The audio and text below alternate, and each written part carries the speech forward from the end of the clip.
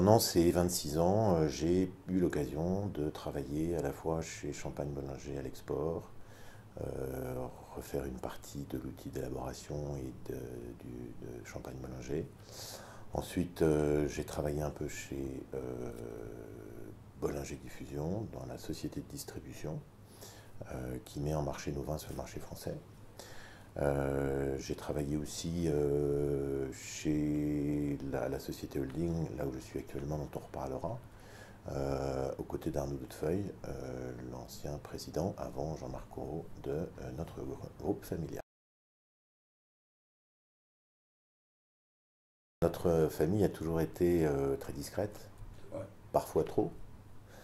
Je pense qu'un projet familial doit souvent être porté par un membre de la famille. Guylain l'avait beaucoup porté auparavant chez Champagne Bollinger. Mon propos, par contre, n'est pas de prendre la parole au nom des équipes qui dirigent nos marques.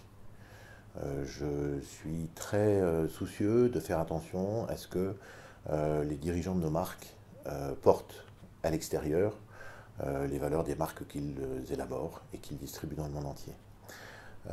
Par contre, la famille aura la possibilité, dans les années à venir, on va en reparler, de prendre un peu plus la parole qu'elle ne le faisait auparavant. Mais ça sera toujours sur un ton, non pas conquérant, mais un ton de présentation de ses projets, pour autant qu'elle en est dans le futur. Ouais.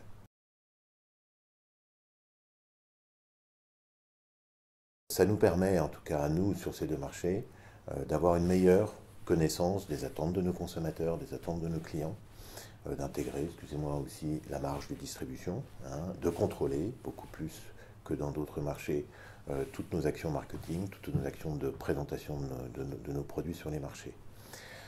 Donc ça, c'est un premier point. Le deuxième point, c'est, vous mentionnez l'accord que nous avons sur le marché français. En fait, on a deux accords. Ce qui est un peu notre façon de faire, souvent, c'est de travailler avec des entreprises du vin, des entreprises familiales et indépendantes, si on peut leur rendre service ou si ils peuvent nous rendre service. Ça peut être dans les deux cas. Et en tout cas, sur le marché français, nous avons signé un partenariat avec la famille Erard Dubreuil, donc le groupe Rémy Cointreau, pour distribuer leurs eaux de vie, leurs spiritueux, le whisky, le rhum, qui complètent très bien, en fait, notre gamme de Bollinger Diffusion, notre gamme de champagne et vin, sous deux aspects. D'abord, l'aspect produit. Nos clients, qui sont essentiellement des clients prescripteurs sur le marché français, ont besoin d'avoir ce genre de produit.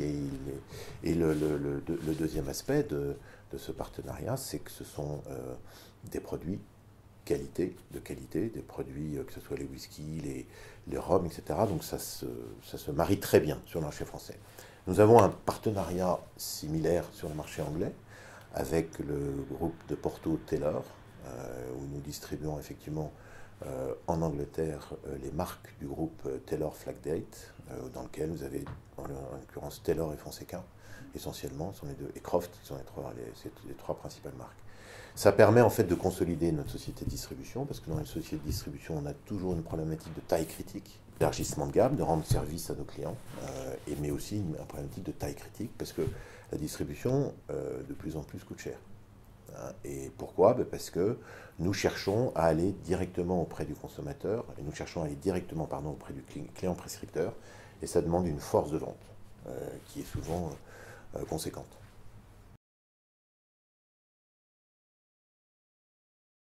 Mon objectif à moi, en rentrant, en prenant ce poste, et je remercie encore le Conseil de sa confiance, parce que c'est une grosse décision qu'ils ont prise, c'est de continuer à développer ce groupe familial autour de 5 valeurs principales, qui sont les valeurs de notre famille depuis toujours.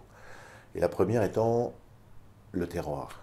C'est-à-dire que quand vous regardez nos 4 maisons, que sont Ayala, Bollinger, Chanson et Langues-le-Château, elles sont toutes ancrées dans leur terroir d'origine, par 170 hectares en Champagne, 43 hectares en Bourgogne, 90 hectares dans la Loire. Elles sont toutes ancrées dans le terroir. Et la deuxième valeur qui est attachée à ça, c'est l'excellence. L'excellence, c'est un mot un peu galvaudé. Mais la traduction que j'en fais, la signification que je donne à ce terme d'excellence, c'est de pouvoir tirer le meilleur. Quand on parle d'excellence pour un enfant, on parle de donner le meilleur de soi-même, l'aider à donner le meilleur de soi-même.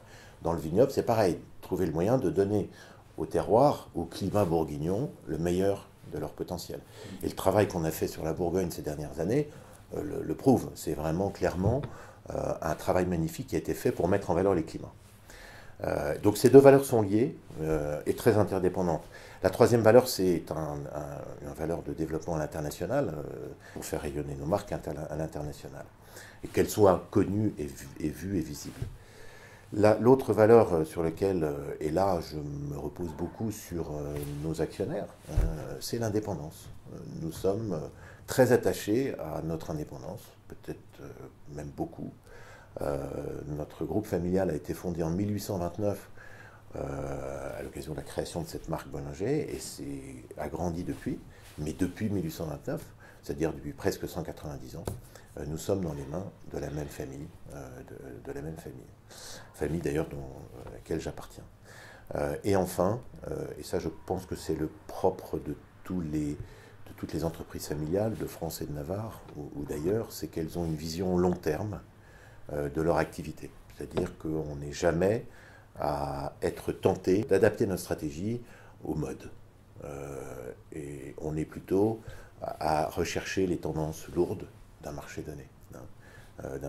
Et une des tendances lourdes, très clairement, aujourd'hui, dans notre filière du vin, c'est une appétence pour des vins de qualité, de plus en plus.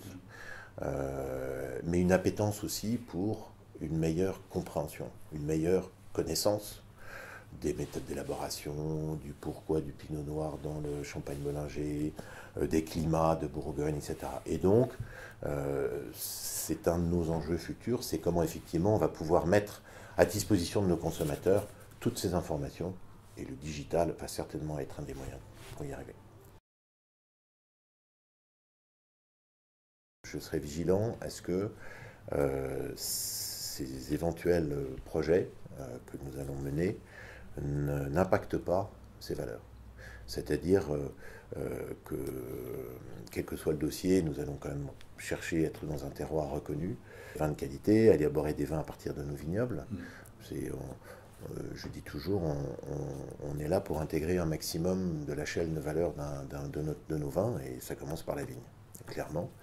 Que ce soit un vin ou un spiritueux d'ailleurs, qui peut rayonner à l'international et qui puisse aussi peut-être aider nos marques à se développer aussi sur un marché donné. Donc ça sera toujours avec la volonté de ce que nos actionnaires, auquel nos actionnaires sont attachés, au développement. Je ne dis pas le terme croissance, mais le développement, sont très attachés. Vous voyez, par exemple, quand nous avons repris ces 18 hectares en Sancerre, qui est un beau dossier, un très beau dossier, qui permet à notre maison Langlois-Château d'être propriétaire maintenant 33 hectares de Sancerre dans un territoire qui en fait 2800. C'est quand même significatif. L'appétence de nos actionnaires, mais aussi de nos équipes, parce qu'en fait, in fine, derrière tout ça, quel que soit le projet qu'on met en œuvre, en fait, c'est pour emmener nos actionnaires, nos équipes, dans ce projet. Si on en laisse de côté, ça ne va pas le faire. Si je ne fais pas adhérer un projet de développement à nos équipes, ça ne va pas le faire.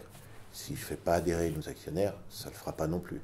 Donc c'est aussi, avec Jérôme, de trouver le moyen d'emmener toute la communauté qui est derrière nous, que ce soit nos actionnaires ou que ce soit nos équipes, derrière ces projets d'avenir.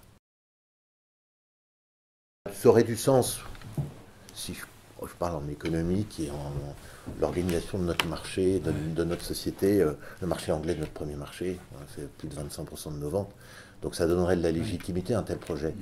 Après, il faut voir. Après, il faut voir le terroir. Après, il faut voir. Je pense que c'est un pays qui se lance, on dit grâce au changement climatique, au réchauffement climatique, dans les vins mousseux. Pour avoir goûté certains, il y en a des très bons, très clairement, il y en a des très bons. J'ai simplement une toute petite inquiétude, c'est que la grande distribution anglaise est très forte. Et ce que j'espère, c'est que cette grande distribution anglaise, qui joue un rôle important dans la filière vin en Angleterre, elle est en train de s'approprier dans la distribution de ces vins, mais qu'elle le fasse dans le respect des produits qu'elle distribue. C'est pas une inquiétude, mais c'est une interrogation. Donc peut-être qu'un jour on s'y intéressera, oui, mais pour le moment je n'ai pas de projet dans ça. Oui, oui, oui. La maison Bollinger va bien, elle a des projets. Et je pense que dans une entreprise composée de tout ce que je vous ai dit, elle va de l'avant. Et je pense que c'est ce qui est important. On a la chance d'avoir eu nos ancêtres, mon père, mon oncle, mon cousin, qui ont, Tante Lily, Madame Bollinger, qui ont pendant toutes ces années préservé l'indépendance de ce groupe familial, de cette famille. C'est une chance. Et pour moi, c'est un peu aussi un enjeu, c'est de, si je pouvais terminer là-dessus, c'est d'essayer d'aller de dépasser les 200 ans, parce que c'est 200 ans, une entreprise familiale de la même famille depuis 200 ans, il n'y en a pas beaucoup. Et c'est un peu un challenge pour presque rien. 12 ans, à l'histoire, eu égard aux 190 ans, c'est rien, c'est moins de 10%. Donc, c'est rien, non, mais c'est un bel enjeu. Ouais. Ok. Merci Étienne Bizot. Merci Nicolas.